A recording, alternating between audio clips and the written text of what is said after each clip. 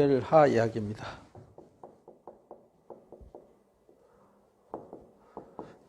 사무엘을 통해서 이제 말씀이 회복되어지고 사울 왕을 세웠는데 사울 왕이 말씀을 세우지 못했어요. 그래서 다윗을 기름 부어서 말씀의 언약을 이루어가는 언약의 왕을 세우셨죠. 그래서 사무엘 하 이야기는 이제 사무엘 상은 이제 엘리 제사장과 그 아들들 한나와 사무엘 이야기, 다윗과 사울 이야기를 통해서 하나님께서 하시고자 하는 일은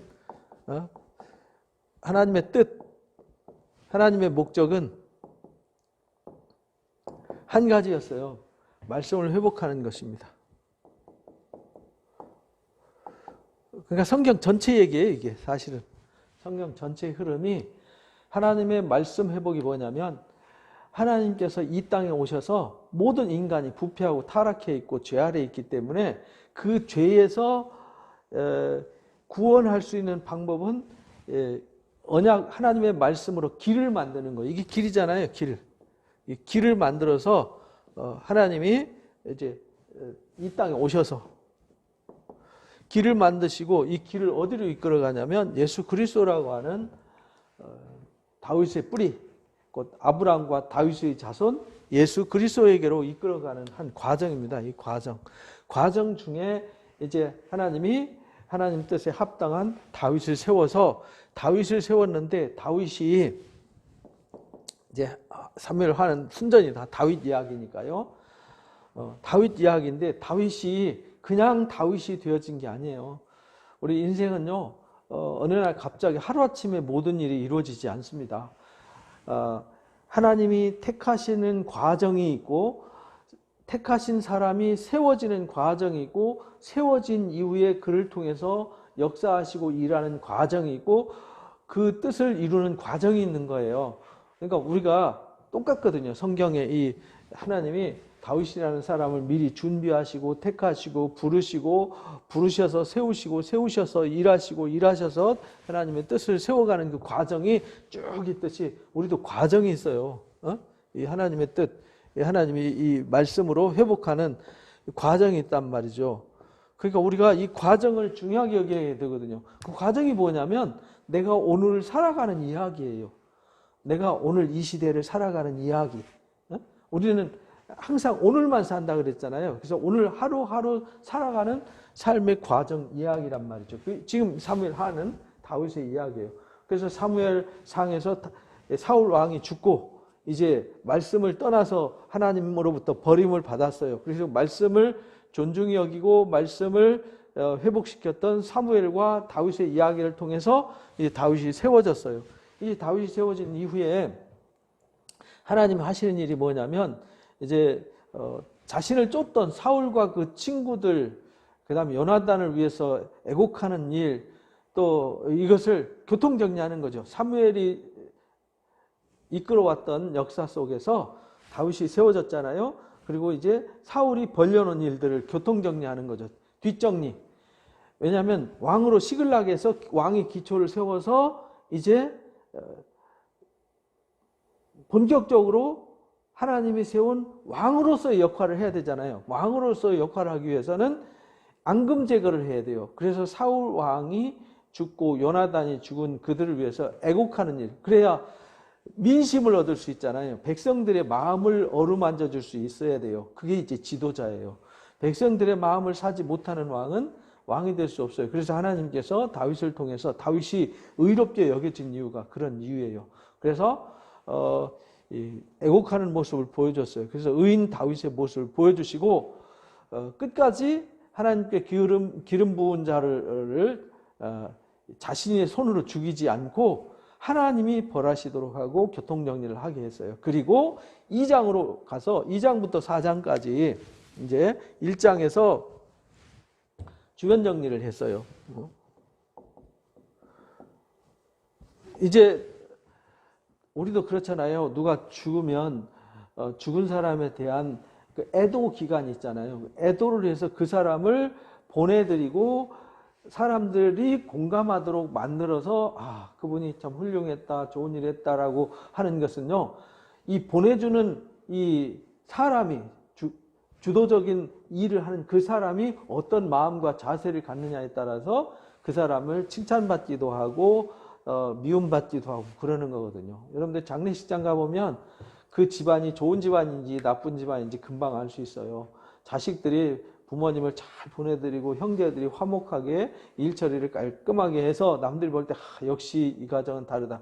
근데 오늘 집안끼리 난장판 싸우고 막 작년에 죽은 사람 애도하기는커녕 형제끼리 막 재산 싸움이나 하고 있고 서로 막 분란이 일어나면요, 이 집은 개판 집안 이렇게 이제 드러나듯이 다윗이 주변 정리를 확실하게 했어요. 그래서 의인이에요. 그 다음에 두 번째 이제 2장부터 4장까지 이야기는 다윗이 왕이 되는 이야기예요. 이제 왕이 10대 중반 16, 17살에 왕으로 기름 부음 받았지만 30세에 왕이 되는 거예요. 근데 어디서 왕이 되냐면 시글락에서 왕정 기초를 다졌고 이제 헤브론으로 올라가요. 파란만장했던 다윗이 사울 왕한테 13, 14년 정도 쫓겨다녔잖아요. 도망다니면서 연단받고 훈련받았어요. 그래서 강해진 거죠. 연단받고 훈련받고 도망다니면서 광야로 블레셋으로 도망다니면서 얼마나 많은 훈련을 했겠어요. 그리고 따르던 그 300명, 400명 군사와 600명 아주 이 용맹스러운 다윗과 생사고락을 같이 했던 이 사람들이 다윗의 미래를 이끌어갈 주역들이 되는 것이죠. 그래서 그들이 다윗과 함께해서 연단받아서 어디를 가도 어떤 상황이 있었는지 싸워 이기는 사람은 준비가 된 거예요. 우리도 마찬가지 그렇게 준비가 돼야 되죠. 그래서 말씀을 순종해서 어디로 올라가야 됩니까? 헤브론으로 올라가라. 그래서 헤브론으로 올라가요. 왜 헤브론이냐? 여기가 헤브론이 아브라함과 그 이삭과 야곱 그 후손들이 그 언약의 뿌리가 거기 있잖아요. 그래서 헤브론으로 올라가라. 거기가 어디냐? 유다 땅이에요. 헤브론이. 그리고 이제 다윗이 유다 지파잖아요. 그래서 헤브론으로 올라가게 된 거예요. 그래서 사울 왕이 그러고 나서 거기서 왕이 되어서 7년 6개월 동안 헤브론에서 여기서 7년 6개월 동안 왕이에요. 7년 반 동안 왕을 하고요. 이제 예루살렘으로 올라가게 되는 과정이죠. 그래서 이제 왕이 되고요. 4장에서 이제 이스보셋이 사울을 이어서 왕이 되었어요. 근데 그 군장이 아브넬이 이 통째로 이 나라를 갖다가 다윗에게 바치죠. 그런 사건이 등장을 하게 됩니다. 그런데 그 사건 속에 요압이라는 아주 이 불편한 존재가 꼭 등장해요. 다윗에게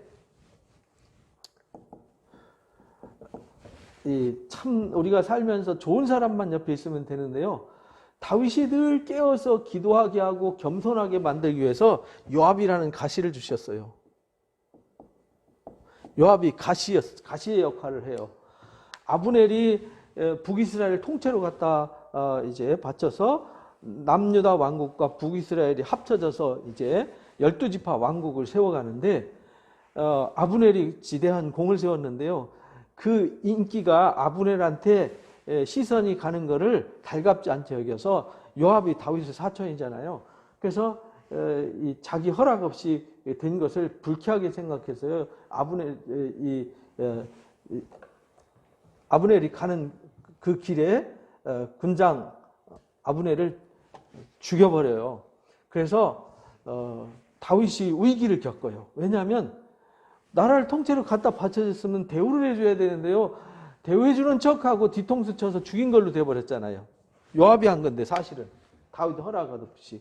그래서 다윗이 정말 온 마음을 다해서 애통하면서 아브넬을 장례를 치러줘요. 그래서 백성들로부터 다윗이 한 게 아니구나 라는 것을 깨닫게 되었어요. 그래서 오해에서 이제 벗어날 수 있었죠. 진실함과 애통함이 백성들한테 전달돼서요. 위기를 넘기고 그래서 이 요압은 평생 동안 다윗 옆에서 있으면서 다윗에게 큰 힘도 되지만 다윗이 늘 어려울 때 이 가시 역할을 하는 아주 못된 존재가 되어요. 근심거리가 되죠. 그래서 4장에서 이제 이스보셋도 반역해서 부하들에 의해서 살해가 돼요. 그리고 하나님 말씀하신 대로 사울의 집안이 다 망하게 되는 거죠. 그리고 다윗이 온 이스라엘이 왕이 될 수 있는 준비를 하게 되는 것이죠. 그리고는 이제 5장에서 10장까지 이제 다윗 왕 얘기에 다윗이 이제 예루살렘에서 온 이스라엘의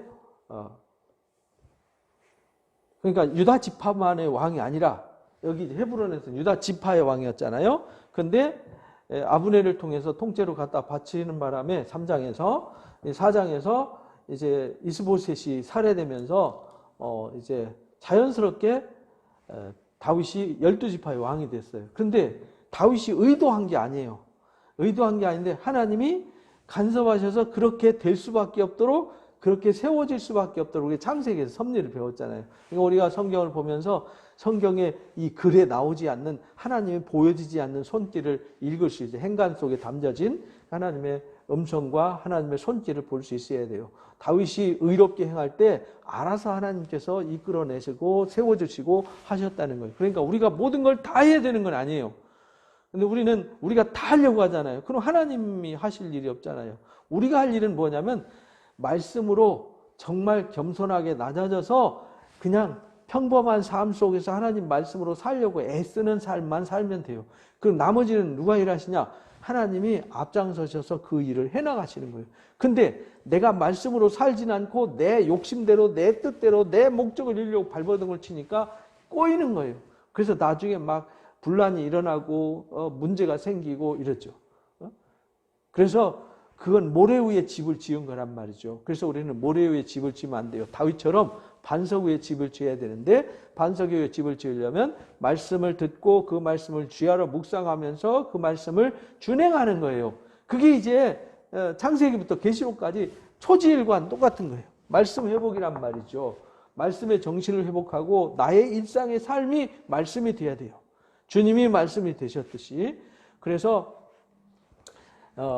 헤브론에서 7년 왕하고요. 드디어 다윗이 나이가 30세의 왕위에 올라서 40년 동안 다스렸더라 라고 5장 4절에 그렇게 말해요. 30세에 이제 12지파의 왕이 되었어요. 그래서 이 헤브론에서 7년 반 동안, 나머지 32년 반 동안 33년 동안이죠. 그러니까 반올림해서 온 이스라엘 유다를 다스렸더라 이렇게 말씀하세요.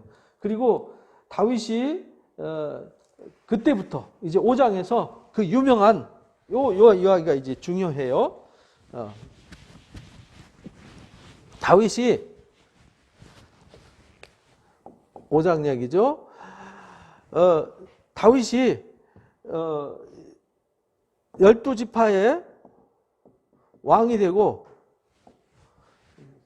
30년 헤브론에서 7년 반, 여기서 예루살렘에서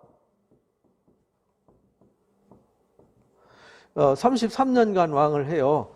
요때 이제 예루살렘을 정복하게 돼요.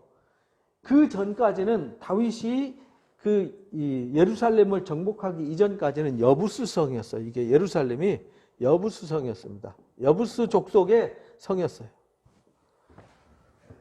근데 이 여부스 성에 다윗 성을 지어요. 다윗이 거기에 12지파의 왕국을 세우고요. 그 예루살렘이 묘하게 생겼어요. 이렇게 흰 농골짜기가 있고요. 여기 중앙 골짜기가 있어요. 그리고 이쪽에 기드론 골짜기가 있어요. 그리고 이렇게 해서 여기 언덕이에요. 그래서 여기를 이렇게 만든 게 이게 다윗성이에요.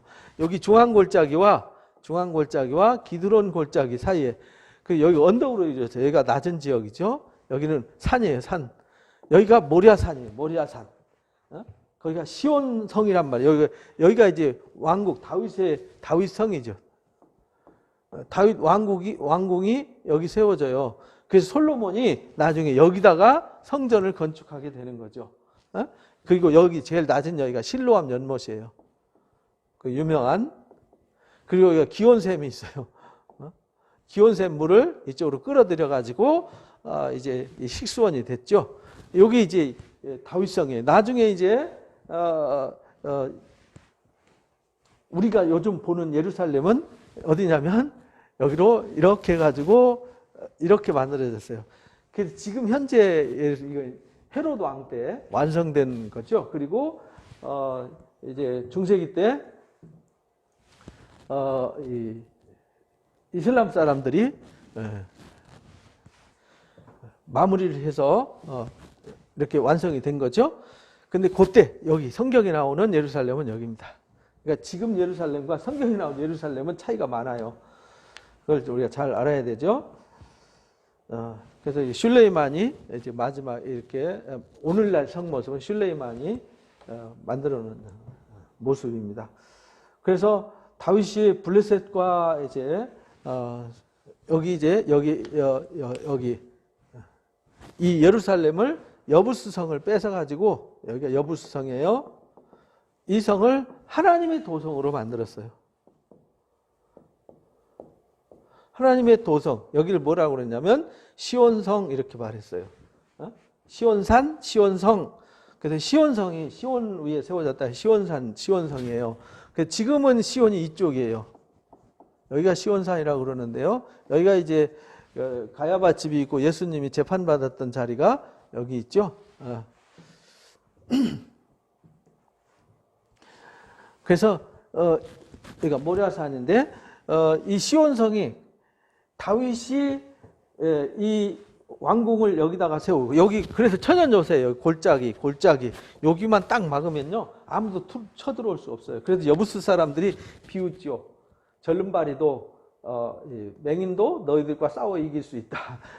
그래서 다윗이 여기 수로를 타고 들어가서 그 성을 점령해요. 그래서 이 수로를 지금 발견해서 유적지로 발굴해놨죠.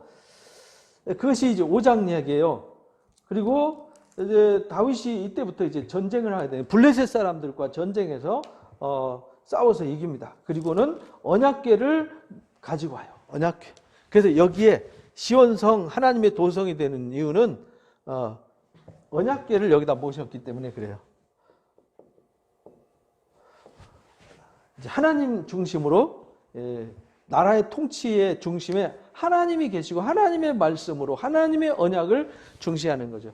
그래서 언약궤를 이제 기럇 여아림에 있던 언약궤를 이제 예루살렘으로 메고 올립니다. 근데 처음엔 수레로 끌고 오다가 수레에다 태워 갖고 다 우사와 아요가 이거 갖고 다 우사가 그 뚜껑 만지는 바람에 속죄소 만지는 바람에 죽는 사건이 생기죠. 그래가지고 다윗이 두려워가지고 그걸 멈췄다가 오벳에돔 집에 놔뒀는데 3개월 동안에 오벳에돔 집에 하나님 엄청나게 복을 주셨어요. 그래서 용기를 얻어가지고 성경 말씀대로 수레에 실지 않고 고핫 자손들, 레위 자손들이 어깨에 매라 그랬잖아요. 우리가 민수기 3장, 2장부터 4장까지의 스토리에 나왔잖아요. 제사장, 레위 지파들의 역할은 고핫 자손들은 언약궤를 맸어요. 수레에 끌지 않았어요. 게르손 자손과 무라리 자손들은 말뚝과 천막들을 수레에다 싣고 왔지만 언약궤는 짐승이 실면 안 돼요. 거룩하기 때문에. 그래서 메어 올려요. 그래서 다윗이 춤을 추면서 막 하체가 보일 정도로 춤을 추면서 기뻐하면서 언약궤를 모셔와요. 그래서 하나님 중심으로 제국을 세우게 되는 것이죠. 이것이 다윗의 왕국. 그래서 다윗의 왕이 이제 기틀이 마련돼요. 그래서 이제 7장에 그 유명한 여기 6장은 이제 언약궤를 모시고요. 7장에 언약. 하나님과 언약을 세워요.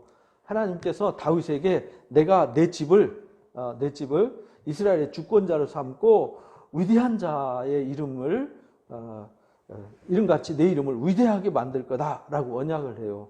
그러면서 내 몸에서 내 씨로 말미암아서 내 나라가 견고하게 될 거고 그가 하나님의 성전을 건축할 것이고 그가 이제 세운 왕위가 영원할 거다라는 것을 언약을 해요. 그래서 영원한 언약을 세워요. 여기서 영원한 은혜의 언약을 세워요. 그래서 선지자들에게 다윗에게 베푸는 다윗샘물 이야기를 하는 거고요. 다윗샘물이 스가랴서 말씀대로 나와서 이스라엘을 정결케 하는 역사가 있죠. 그것이 예수 그리스도의 역사예요. 이 영원한 언약이 곧 다윗의 뿌리에서 한 싹이 나서 결실하게 되는 예수 그리스도의 역사로 연결되어지는 거예요. 그래서 영원한 은혜의 언약을 하게 되는 겁니다. 그래서 다윗이 이 언약 앞에 무릎 꿇어요. 그런데 이 언약의 특징이 뭐냐면 언약을 이루는데 만약에 하나님의 말씀을 떠나서 말씀을 회복해야 되는데 말씀을 떠나면 범죄하게 되면 말씀을 떠난다는 게 이게 이제 범죄예요. 죄를 지으면 인생의 채찍과 사람이 만약 죄를 범하면 사람의 매와 인생의 채찍으로 징계를 할 거다. 그래서요 환난과 징계가 떠나지 않아요. 그래서 죄를 지으면 용서는 하되 은혜의 언약이 있으니까 용서는 해주되 회초리와 매는 채찍은 떠나지 않아요. 그래서 열왕기 모든 역사는요 징계와 채찍의 역사예요. 다윗도 마찬가지죠. 다윗도 이 언약으로 인해서 하나님 앞에 감사해요. 그래서 내가 누구간데 우리 집안이 누구간데 여기 왕으로 세워준 것마다 너무 황송하고 감사한데 이런 영원한 언약까지 해주십니까? 라고 황송하게 감사해요. 그러면서 말해요. 하나님 외에는 다른 신이 없습니다. 그러니까 이 큰일 하나님이 지금까지 해오셨습니다. 그러니까 하나님이 약속한 그 언약 기왕에 말씀하셨으니 꼭 지켜주십시오 라고 말하면서 그 유명한 29절 말씀 나오죠. 청하건대 종의 집에 복을 주셔서 주 앞에서 영원히 있게 하옵시고 종의 집이 영원히 복을 받게 하옵소서 라는 언약의 말씀으로 이제 언약이 세워지는 거예요. 그러니까 언약은 쌍방이잖아요. 하나님은 은혜의 언약을 했고 다윗은 지켜서 우리 집안이 영원히 복을 받게 하옵소서 라는 언약이 이루어져요. 그래서 언약을 신실하게 지킨 사람이 누구냐면 다윗이에요. 다윗이 범죄를 하지만 신실하게 지켜요. 그래서 8장 9장에 하나님께서 다윗이 가는 데마다 형통케 해요. 그래서 다윗이 어디로 가든지 여호와께서 이기게 하시니라. 그래가지고 모압과 암몬과 에돔과 아람과 이 두로와 시돈 지역까지 싹 다 주변 정리. 여기 이제 이스라엘 지도가 이렇게 있으면요. 여기 에돔과 모압과 암몬과 아람과 이쪽 북쪽의 소바 지역, 레바논 지역까지 다 하나님이 통합하게 해요. 그래서 다윗의 하나님이 아브라함에게 언약했던 그 땅을 드디어 다윗에게 다 이루어지는 거예요. 그래서 다윗이 정복했던 그 땅 이야기가 아브라함한테 언약했던 언약의 땅 이야기입니다. 그래서 이제 8장에 그렇게 하나님이 어디를 가든지 이기게 하시니라 8장 6절에 보면 그러죠. 또 8장 14절에도 다윗이 어디로 가든지 여호와께서 이기게 하시니라. 왜냐하면 말씀으로 언약하고 말씀을 신실히 지킬 때는 어딜 가나 무엇을 하나 형통하고 평탄했더라. 한 여호수아서 1장 5절에서 9절 말씀이 그대로 이루어지게 되는 거예요. 그리고 이제 9장에서 다윗이 누구하고 언약했냐면 요나단과 언약을 했잖아요. 그 언약을 하나님 앞에 했으니까 지켜야 되잖아요. 그래서 무비보셋을 데려다가 자기 아들처럼 삼아서 자기 상에서 먹고 마시도록 하게 됩니다. 그리고 10장에서 그래서 8장, 9장까지 그렇게 세워주시고요. 10장에서 암몬 사람과 싸움을 해요. 왜냐하면 그 암몬의 자손이 죽었어요. 암몬의 자손의 왕이 죽었는데 그 아들 한운이 대신이 왕이 됐는데요. 옛날에 다윗이 은혜를 입었어요. 그래서 조문을 보냈는데 아주 망신을 주었어요. 수염을 반쯤 자르고요.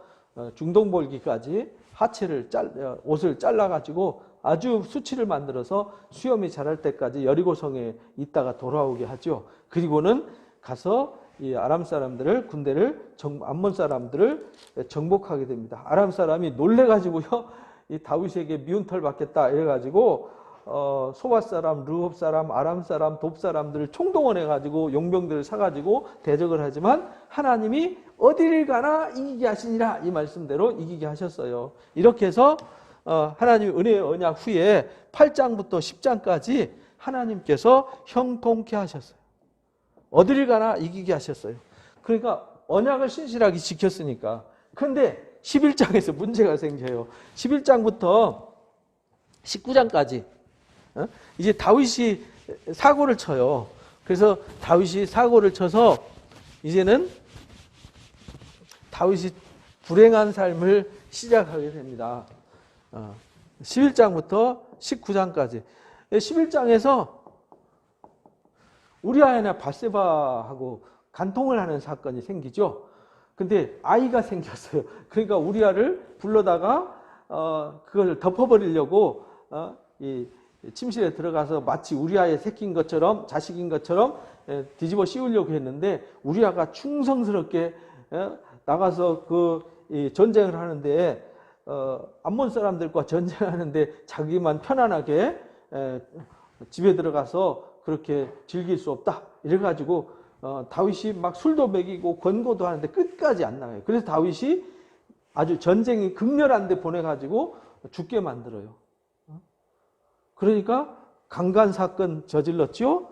우리아를 전쟁터에 보내서 간접 살인을 하게 만들었죠. 이 엄청난 죄를 범해요.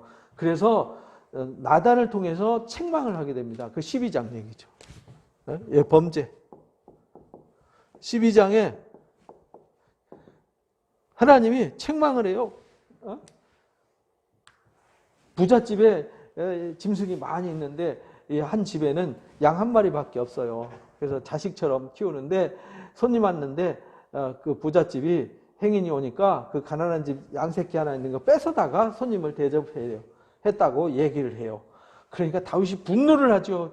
저런 죽일 놈, 그런 놈은 가만 놔두면 안 돼 라고 하면서 이제 다윗이 분노하니까 나단이 말해요. 당신이 그런 사람이야 라고 말해요. 하나님이 당신한테 지금까지 이렇게 왕이 되도록 하나님이 은혜로 이끌어 주셨고, 또 후궁들 많이 주었고, 또 군사들 많이 주었고, 모든 걸 다 줬는데 안 준 게 없는데 무엇이 부족해서 그렇게 우리의 아내를 뺏었느냐라는 것을 가지고 책망해요. 그래서 그 자식이 죽을 거다 해서 그 자식이 죽는 사건이 일어나요. 그때 책망받을 때 다윗이 이 책망받을 때요, 그 사람들 앞에서 얼마나 망신스러워요. 나단 너 나중에 보자 이래가지고요 마음이 분노가 일어나가지고 엉뚱한 짓 할 수 있는데, 그때에 넙죽 엎드려서 회개를 해요. 하나님, 제가 죄를 범했습니다. 이게 시편 51편입니다. 시편 34편과 이제 다윗의 회개의 시가 6개가 있는데, 그 중에 이제 2개가 시편 34편과 이제 51편입니다. 그래서 이 회개의 시가 여기서 나오는 거예요. 넙죽 엎드려서 내가 뱃속에서 태에서부터 이 죄악 덩어리입니다. 내가 하나님 앞에 그래서 회개합니다 라는 것, 내 마음을 정결케 해주십시오. 새 마음 새 영을 부어서 나를 깨끗이 옷을처럼 정결케 해주십시오 라는 시를 읽게 되는 것입니다. 그래서 이 사건이 다윗에게는 정말 뼈아픈 사건이 되는 것이죠. 그래서 엎드려 회개하고 그 시를 썼는데요. 그 사건을 인해서 혹독한 값을 치러야 했어요. 그래서 하나님은 앞에서 말씀드린 대로 죄는 용서하되 값은 반드시 죄에 대한 대가는 지불하게 하세요. 오늘날도 마찬가지예요. 하나님은 우리가 육신의 죄를 지면 용서하세요. 걱정하지 마세요. 용서는 받습니다. 그러나 그 죄에 대한 쓰라림과 아픔의 대가는 지불하셔야 돼요. 그러니까 죄 안 짓는 것이 더 소중한 거죠. 그래서 죄 안 지려면 어떻게 해야 되냐? 깨어서 기도하고 말씀으로 무장하는 수밖에 없어요. 말씀을 떠나서 헤매고 돌아다닐 수 있죠. 근데요, 인생에 살면서 중요한 기간에 많은 고난을 통해서 세월을 낭비하게 돼요. 저도 그런 경험을 해봐서 압니다. 세월 낭비하시면 안 됩니다. 다윗이 범죄 이후에요, 너무 아픈 상처의 고난을 당하게 돼요. 그래서 13장부터 15장까지 다윗이 그 아픈 얘기가 나요. 15장에 19장까지죠. 19장까지 다윗의 이 책망과 함께 다윗에게 이 아픔, 징계죠. 징계를 당해요. 큰아들이 암논이 압살롬의 여동생을 강간하게 되죠. 다말이라고 하는 압살롬의 여동생인데 너무 이뻤어요. 그래가지고 상사병에 걸려가지고요, 이 바보같이 상사병에 걸려 밥도 안 먹고 있어요. 그러니까 왜 그러냐 그러니까 그 사촌 동생이 있어요. 요나답이라고 하는 다윗의 형의 아들이죠. 사촌이 얘기해요. 야, 그거 뭐 걱정하냐? 과자 대신 구워갖고 나를 대접하면 내가 병이 나을 것 같다 하라고 해가지고 오면은 그냥 덮쳐버려라. 이래가지고 강간하고요. 강간한 후에 이게 원래요. 이 상사병 걸린 사람은 강간하고 막 이렇게 한 뒤에 그 증오심으로 바뀌어버려요. 그래가지고 이 다말을 보내버리고요. 미워하기 시작해요. 이걸 압살롬이 알게 되죠. 그래서 압살롬이 양털 깎는 축제에 암논을 초청했는데 왕이 야, 암논만 데려가지 말고 왕자들 다 데리고 가. 이래가지고 왕자들 다 데리고 가서 축제할 때 술을 건하게 먹여놔 놓고 압살롬이 암논을 쳐 죽여요. 그래서 이 13장에 다말이 강간 당해요. 형제한테. 그리고 압살롬한테 암논이 큰아들이 살해를 당해요. 그래가지고 이 압살롬이 이 사건을 인해 가지고 다윗한테 미움받을까 봐서 도망갔죠. 도망갔는데 요압이 아까 말씀드렸잖아요. 요압이 옆에 있으면서 꼭 가시 역할을 한다고. 그래가지고 한 여인을 들여보내가지고요. 드고와 여인을 보내가지고요. 자기가 마치 형제끼리 싸우다 자식 둘이 있는데 자식이 싸우다가 하나가 죽었어요. 하나는 죽었고 하나는 살인죄를 저질렀잖아요. 그러니까 사람들이 얘도 죽여야 된다 이렇게 말해요. 그럼 하루아침에 아들에 의해서 아들이 죽고 아들이 징계받아 또 죽으면 이 아들이 이제 아들이 없어지잖아요. 그걸 다윗한테 가서 호소를 해요. 그랬더니 그거 용서해 준다. 그렇게 안 되도록 해주겠다 이렇게 말하니까 이 여인이 그러니까 원래 요압이 이 드고와 여인한테 이 가짜 계략을 줘가지고 가서 다윗한테 그렇게 다윗의 마음을 흔든 거거든요. 그래서 왕은 이 암논이 죽었는데 압살롬을 왜 데리고 오지 않습니까? 그 아들 잃어버리는 거 아닙니까? 이래가지고 돌아오게 해요. 근데 돌아왔는데 쳐다보지 않아요. 그리고 요압도 쳐다보지도 않아요. 그러니까 압살롬이 보통 사람이 아니거든요. 아주 요압의 집에 그 추수할 때쯤 됐는데 추수할 때 되면 볼이나 밀이 바삭 마르잖아요. 밭에다 불 질러버려요. 불 질러 이게 요압이 놀래가지고 압살롬이 불리했다는 소문 듣고 야 압살롬 어떻게 내가 너를 데리고 오게 하고 내가 너한테 어떻게 혜택을 줬는데 내 밭에 불을 지르고 이럴 수 있냐 하니까 아니 나를 불러다 놔놓고 꺼다는 보리자루 만들어 놓으면 되니? 왕 앞에 서게 하고 왕을 만나게 하고 이 압살롬은 야망이 있는 사람이거든요. 본인이 왕을 후계자가 돼야 되는데 안 해주니까 뿔이 나가지고 그렇게 했어요. 그래서 압살롬이 그렇게 하니까 요압이 야 이거 놔뒀다가 안 되겠다 해가지고 다윗에게 데리고 가요. 그리고는 압살롬이 거기서 반역의 마음이 생기는 거예요. 그래서 다윗이 딸이 강간당하고 암논이 살해를 당하고 이 압살롬이 반역을 하게 되는 거예요. 헤브론으로 가가지고요 인재들을 다 불러 모으고 또 예루살렘 성에서 원통함을 해결하기 위해서 찾아오는 사람들의 백성들의 마음을 다 사게 돼요. 다윗에게로 향했던 마음을 본인이 사가지고 다 은혜를 베풀어요.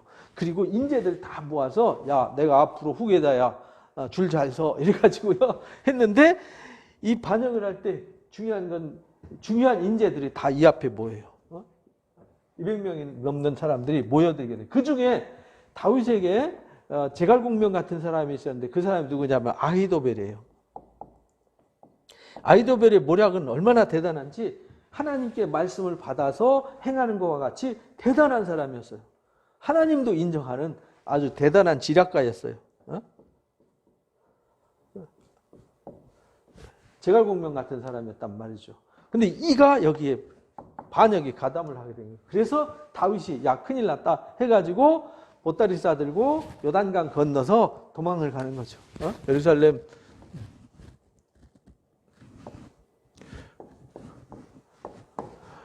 여기 예루살렘에서요 요단강 건너가지고 이 길르앗 지역으로 도망을 가는 거예요. 그때에 이제 다윗이 이 고난을 겪을 때 쓴 시들이 있어요. 그게 시편이에요. 그리고 이 상황 속에서요, 다윗은 울면서 하나님의 언약을 기억해요. 그리고 모든 이 상황이, 이 쓰라린 아픔이 누구 때문이냐면 본인이 죄를 지어서 그런 거예요. 그래서 늘 회개의 마음으로 하나님, 제가 죄 져서 그렇습니다. 이건 제가 죄를 졌기 때문에 하나님이 인생의 채찍과 매로 다스린다고 했는데 제가 하나님이 치는 매니까 달게 맞겠습니다 하고 다윗은요, 하나님이 때리는 매를 감사함으로 받아들여요. 순종함으로 받아들여요. 왜? 본인이 죄를 졌으니까. 마음이 아프죠. 그래서 이 인류 역사상 다윗처럼 아픔을 겪은 사람은 존재하지 않습니다. 누가 자기 자식이 자식을 강간한 사건이 있고, 자식이 자식을 죽이는 살인사건, 자식이 아버지를 죽이겠다고 반역하는 사건이 어디 있겠어요. 그리고 이 압살롬이 아히도벨의 계략을 따라서요, 다윗이 도망갈 때 남겨놓은 후궁들을 백주의 백성들 앞에서 강간을 하게 돼요. 그래서 다윗과 더 이상 화해할 수 없도록 이 아히도벨이 그렇게 만들어요. 다윗과 더 이상 대화가 될 수 없고 다시 가족으로 받아들일 수 없는 상황으로 만들어버렸어요. 그래야 대못 박는다 그러죠. 빼도 박도 못하도록 대못을 박아버렸어요. 아히도벨이. 대단한 거죠. 그래서 하나님과 아주 반역자로 완전히 서게 되는 거죠. 그래서 하나님께서 그런 상황이지만 항상 하나님은 다윗의 편에 있었어요.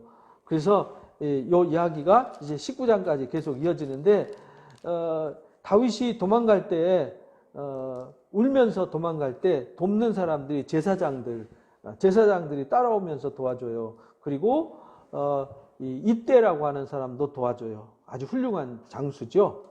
3대 장군 중에 한 사람인 입대라고 하는 사람이 도와줘요. 그리고 후세라고 하는 훌륭한 사람이, 이 사람도 지략가예요. 근데 따라올 때 다윗이 말해요. 따라오지 마라. 네가 압살롬한테 가서 압살롬 편에 서서 일하는 척하면서 나를 도와라. 하나님이 너한테 지혜를 주어서 아히도벨의 모략을 막아주실 거다. 그런데 진짜 가서 이 아히도벨의 모략을 막아주셨어요. 그것이 이제 17장 얘기입니다. 그런데 도망갈 때 16장에 시바와 시므이 사건이 등장해요. 시바가 누구냐면 무비보셋, 요나단의 아들의 시종이에요. 그에게 이제 그가 와서 어려울 때 도와줘요. 그리고 시므이라는 사람은 반대로 다윗이 도망갈 때 막 티끌을 날리면서 저주를 퍼부어요. 이 사람이 사울 집안이에요. 사울 집안, 베냐민 집안. 그러니까 자기 집안 사람이라고요, 편들고 하는 사건이 등장해요. 그러니까 어려움을 겪을 때 누구는 도와주고 누구는 저주하고, 그래도 다윗은 가서 쳐 죽이려고 해도 놔둬라. 내 새끼도 나를 반역하는데 저가 저렇게 저주하는 거는 하나님이 저 사람 통해서 나를 야단치시는 거다. 이렇게 받아들였어요. 야, 대단하지 않습니까? 그래서 다윗이 의인이에요.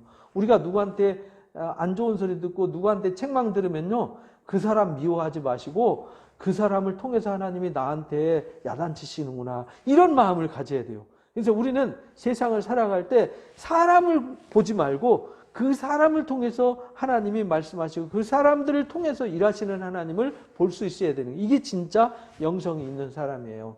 그래서 16장에 그 얘기하고 17장에 아히도벨의 모략을 막아주셨어요. 아히도벨은 방금 말씀드린 대로 다윗의 첫 후궁들과 동침하게 만들고, 그 다음에 즉시 빼어난 군사들을 뽑아가지고 요단강 건너가기 전에 숨통을 끊어버려라. 다윗만 죽여버리면 끝난다. 모든 백성들을 마음을 사고 다윗만 죽이면은 당신 나라가 되는 거다라는 아주 최고의 지략을 내세웠어요. 근데 그때 하나님이 후세를 세우셨어요. 다윗이 도망가면서 그랬거든요. 기도했어요. 도망가면서 기도해요. 그러니까 우리가 뭔 일 하면서도 기도해야 돼요. 기도하면서 하나님, 아히도벨의 모략을 미련하게 해주세요. 막아주세요. 근데 그 한마디 기도를 후세를 통해서 이루어 주셨어요. 근데 그 지략을 후세가 또 아주 유명한 사람이니까 이 압살롬이 물어봐요. 야, 아히도벨은 가서 다윗의 숨통을 빨리 가서 이 특공대 보내가지고 끊으라고 그러는데 너는 어떻게 생각하니? 그러니까 그거 아닙니다. 그건 아주 위험한 전략입니다. 다윗과 블렛 사람, 그렛 사람들 600명의 용사들은 사울 왕한테 도망다니면서 피해다니면서 블렛 사람들과 싸우면서 전쟁에서 길러진 전쟁 병기입니다. 그들이 새끼 잃어버린 암콤처럼 지금 화가 나 있는데 그거 갔다가는 죽습니다. 그리고 당신은 큰일 납니다. 그러니까 12지파 총동원해가지고 군사를 총동원해가지고 수집해가지고 가서 한 번에 덮쳐버려야 됩니다. 이러니까 그럴싸하잖아요. 오, 그래, 맞아. 그럼 실수가 없지. 그리고 나서 전령을 보내가지고 빨리 요단강 건너가라고 이야기를 해줘요. 왜냐하면 전령 보내가지고 12지파 모으려면 시간이 많이 걸리잖아요. 지체되잖아요. 그래서 빨리 요단강으로 건너가서 도망가서 피하도록 후세를 통해서 하나님이 막아주셨어요. 그리고 아히도벨은 자기의 전략이 서지 않아요. 압살롬이 자기를 안 믿어주잖아요. 그래서 자기 짐 다 정리하고 집에 가서 자살해서 죽어버려요. 자살해버려요. 이렇게 해서 하나님이 아히도벨을 막아주셨고 18장에서 이제 압살롬과 전투를 하는데 이제 요압과 아비새와 이때가 3대로 나눠가지고 전투를 하는데 이 압살롬이 전쟁에서 패하게 되는 거죠. 그리고 여기 요단 건너가면 여기 길르앗에 가면은 상수리 나무가요. 상수리 나무가 이렇게 생겼어요. 이렇게. 상수리 나무가 이렇게 생겼어요.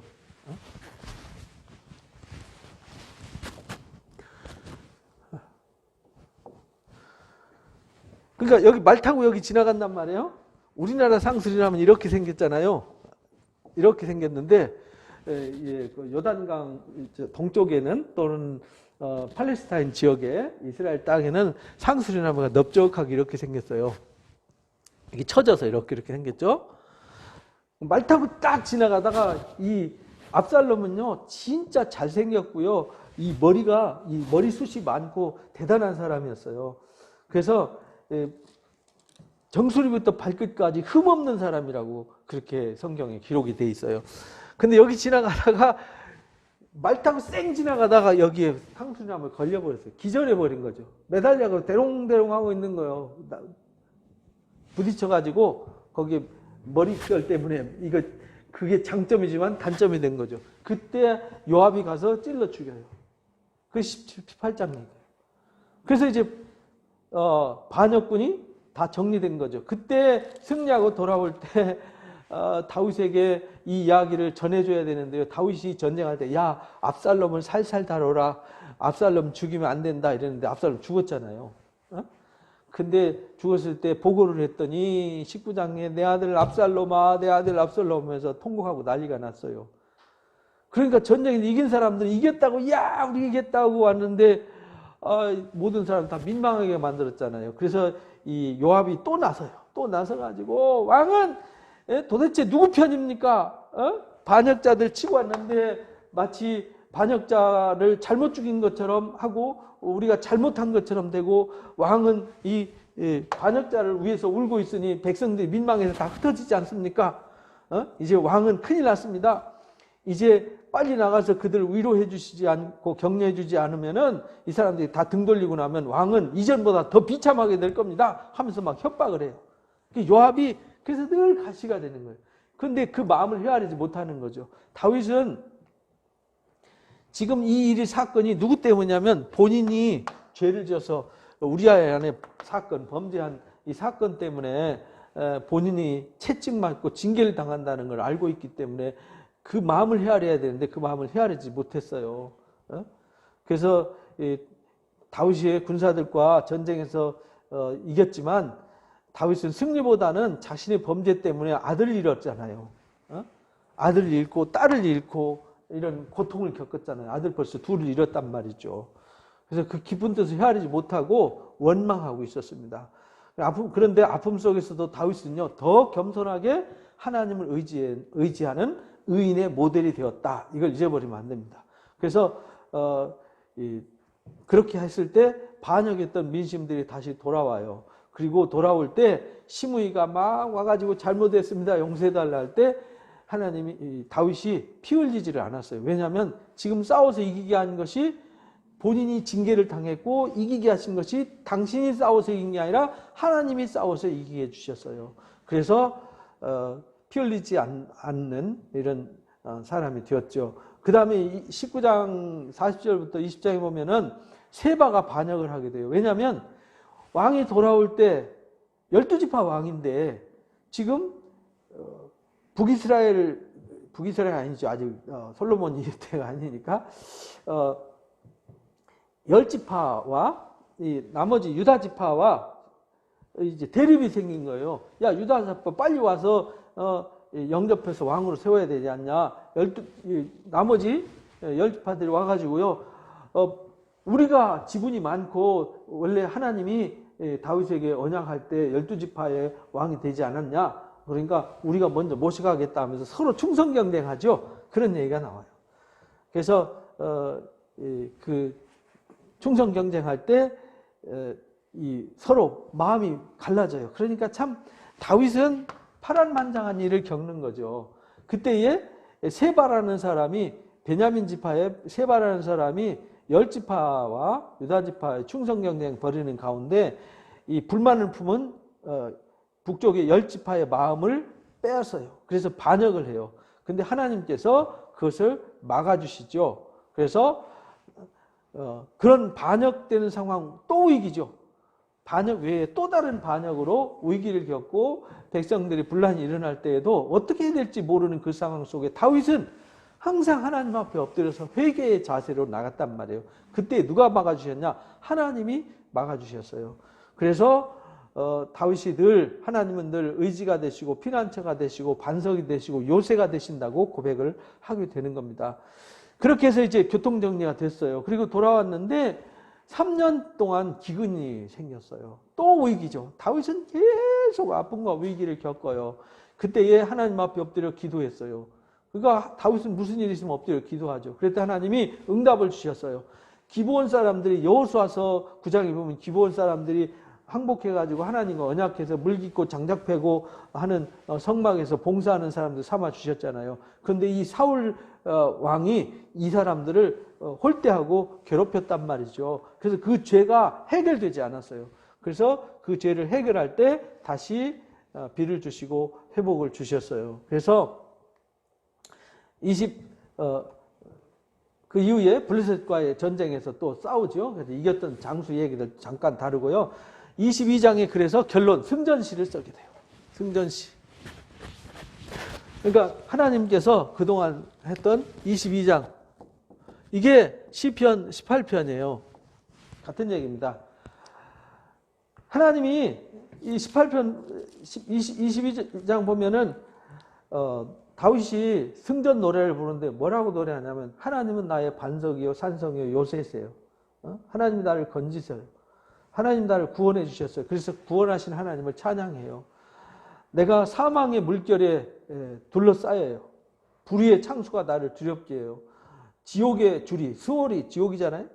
수월이 음부가 나를 두르고 사망의 올무가 내게 이르렀지만 하나님께서 내 부르짖음의 소리를 들으시고 하나님이 진노 가운데 나타나셔서 막아주시고 나 대신 막 진노로 싸워주셔서 이겨주셨어요. 그래서 하나님의 인자와 은혜를 입어요. 그래서 나를 붙들어 주시고 건져주십니다. 그 건져주심을 찬양하는 거죠. 그래서 내가 하나님을 의지할 수밖에 없었다. 그래서 하나님이 나한테 깨끗한 대로 갚아주시고 의로운 대로 갚아주셨다. 라는 것을 고백하게 됩니다. 그게 승전시죠. 자비한 자에게는 주의 자비함을 또 온전한 자에게는 완전한 자에게는 주의 완전하심을 깨끗한 자에게는 주의 깨끗하심을 사악한 자에게는 주의 거스르심을 보이시는 하나님이시다 하면서 하나님 앞에 피 흘린 자는 다 패망에 이를 것을 고백하면서 승전시를 써요. 모든 민족에게 그 높은 이름을 주신 하나님을 찬양하는 것으로 끝나죠. 다윗과 자손, 본인과 본인 자손에게 하나님께서 영원토록 그 언약을 구원을 베푸실 것을 고백해요. 그러면서 23장의 고별 설교 짧아요. 짧은 내용인데 뭐냐면 공의로 다스리고 하나님을 경외함을 다스리는 자는요, 아침 해와 같고요, 구름 없는 아침과 같고 비온 후에 광선이 땅에서 우미 돋는 새풀과 같다. 이것이 하나님을 경외하는 자, 공의로 다스리는 자. 그러니까 오늘날 우리도요, 공의와 하나님의 경외함을 잊어버리면 안 되는데, 요즘 그것이 많이 상실이 되었어요. 요령만 생겼죠. 막 덩치만 키우고 막 외형만 키우려고 자기 막 난 이만큼 일을 했어, 나는 이만큼 공로가 있어, 이런 어리석음을 드러내는 거죠. 그건 다 바람에 나는 겨와 같아요. 다 어느 순간에 없어지는 것들이죠. 그래서 유럽에도 그랬어요. 그렇게 자랑했는데 지금 건물만 남았잖아요. 그런 어리석음은 안 된다라는 걸 가르쳐 주셨어요. 그래서 구비하여 부족함이 전혀 없게 하시고 소원, 모든 소원을 들어주시는 하나님이다라는 것을 고백해요. 그러니까 하지만 악한 자는 가시나무 같아서 붙잡을 수 없고 결국 불사람이 된다. 하나님 진노의 불에 타게 된다라는 걸 가르쳐 주셨어요. 그래서 고난의 세월에 생사고락을 함께했던 용맹스러운 다윗의 용사들을 쭉 소개를 하게 됩니다. 여기 이제 고별설교와 함께했던 동역들, 하나님이 동역자 붙여주셔서 일한 거잖아요.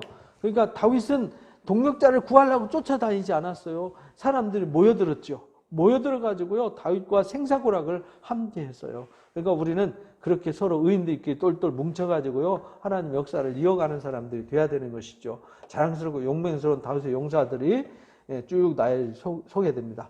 그리고 하나님의 말씀을 순종하고 의를 행한 자들에게는요, 늘 훌륭한 사람들을 붙여주셔서 하나님의 뜻을 이루고, 하나님의 일을 하는 거잖아요. 우리가 하나님께 부르심을 받아서 하나님의 일을 하는 거지 내 일을 하는 게 아니거든요. 내 목적과 내 일을 이루면은 그 내 일이지 하나님의 일이 아니잖아요.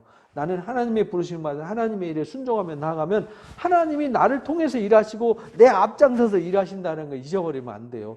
우리는 그 정신을 이제 말씀을 떠나면요. 그래서 말씀을 떠나면 이렇게 아픔을 겪어요. 다윗이 아픔을 겪으면서 더 하나님의 사랑을 절절하게 깨닫고 회개하면서 더 하나님을 신뢰하고 의지하는 거죠. 그래서 사망의 음침한 골짜기를 다니면서도 해를 두려워하지 않고요. 항상 푸른 초장과 실 많은 물가를 인도하심을 고백하게 되는 것이죠. 그리고는 24장의 마지막 다윗이 두 번째 범죄를 해요. 여기 이제 11장에 범죄 사건이 있는데 여기 24장도 범죄하게 돼요. 여기는 육신의 정욕을 쫓은 범죄였다면 이 범죄는 교만의 범죄였어요. 자기가 번성하다 보니까 한번 자기가 얼마나 번성한지를 확인해 보고 싶었어요. 그래서 전국을 돌아다니면서 호적조사를 하게 되죠. 그래서 업적을 과시하라고 했는데 갓선지자를 통해서 책망을 하죠. 그래서 요압이 군사들 동원해 가지고요, 이쪽 에돔 땅부터 해서 암몬 땅과 모압 땅과 이쪽 길앗 지역으로 해서 이 레바논 땅까지 해서 이 브엘세바까지 한 바퀴 빙 돌아가지고 인구 조사를 했는데요. 10지파에서 80만 명이 나왔고요. 유다 지파에서 50만 명이 나왔어요. 군사만. 그러니까 130만 명. 어마어마하죠. 그러니까 어마어마하니까 대단하다 했는데 해놔놓고 양심에 이제 하나님 앞에 범죄했음을 깨달아요. 그래서 선지자 갓을 통해서 책망을 받죠. 그래서 채찍을 맞는데 세 가지를 말해요. 갓선지자를 통해 7년 기근을 당할래, 3년 동안 도피 생활할래, 3일 동안 전염병으로 징계를 맞을래. 여러분 같으면 뭘 선택하시겠습니까? 근데 다윗은 하나님을 알기 때문에 전염병을 3일간 전염병을 채찍을 택하고요. 즉시 엎드려서 하나님 앞에 눈물로 회개를 해요. 그래서 7만 명이라는 사람이 죽지만요, 다윗은 즉시 하나님 앞에 눈물로 회개해서 선지자 갓을 통해서 이 회개가 하나님 앞에 상달되어서 용서를 받게 되죠. 그래서 아라우나 또는 오르난이라고도 하죠. 은 50세겔로 이제 아라우나한테 그 땅을 사가지고 번제와 화목제를 드렸어요. 그 자리가 어디냐? 아까 말씀을 드렸던 여기 시온산 또는 이 모리아산, 이삭을 번제로 드렸던 여기가 오르난 타작마당입니다. 거기에 하나님의 성전이 세워지는 거예요. 그래서 하나님이 예정한 뜻이 우연 같지만 하나님이 계획한 일이 순조롭게 이루어져서 거기에서 예수 그리스도가 재판받고 십자가의 길을 가고 골고다 언덕에서 십자가에 못 박혀 죽으시는 사건이 거기서 나오는 거예요. 결국 하나님께서 다윗의 기도를 들으시고요. 재앙을 거두어 주시죠. 그리고 죄를 지키고 도피하기보다는요. 채찍 맞음으로 하나님 앞에 매를 맞아서 하나님 앞에 용서받겠다는 간절한 마음. 이게 다윗의 마음이었어요. 그러니까 의인은 없어요. 아브라함도 의인이 아니에요. 사람으로서는 의인이 아니에요. 그를 하나님 믿었기 때문에 그 의를 믿음으로 해요. 그 다윗은 이렇게 범죄자예요. 약한 거죠. 그러나 그 매맞는 속에서도 회개하고 하나님 앞에 엎드려. 여러분들은 문제가 생기고 어려운 일이 생기면 회개하고 하나님 앞에 옵니까? 아니면은 세상으로 갑니까? 이거 의인이냐 아니냐가 여기서 결정되는 거예요. 여러분들이 어떤 일이 있을 때는 늘 하나님을 더 가까이, 다윗처럼 더 가까이 하시기 바랍니다. 아브라함처럼, 다윗처럼. 그러면은 하나님이 용서해 주시고 씻어 주시고 새롭게 하셔서 당신의 약속을 실현시켜 주신다. 이 약속을 잊지 마시기 바랍니다. 이게 사무엘 하 이야기예요. 하나님이 말씀으로 그를 세워주시고 많은 연단과 과정을 통해서 세워주시지만 교만해서 범죄하고 잠깐 한눈 팔아서 범죄한다 할지라도 그 상황 속에서도 징계와 채찍을 맞으면서도 겸손하게 하나님을 의지하고 신뢰하는 사람, 그 사람이 의인이다. 그래서 다윗을 통해서 하나님이 역사하시는 거다. 라는 것을 가르쳐 주셨어요. 그래서 우리는 이 땅 살아가면서 많은 일들이 있는데 기왕이면 환난과 재난 없는 평탄한 길을 가는 방법은 하나님의 말씀을 순종하는 길밖에 없다라는 것을 가르쳐 주셨어요. 저와 여러분은 고난의 길을 가지 마시고 매일 하나님 말씀 묵상하고 하나님 말씀을 듣고 배우고 깨닫고 그 진리로 살아서 의와 평강의 길로 인도받으시고 영광의 나라를 바라보면서 기뻐 찬양하는 영광의 삶으로 이끌림 받으시기를 주님의 이름으로 축복합니다. 감사합니다.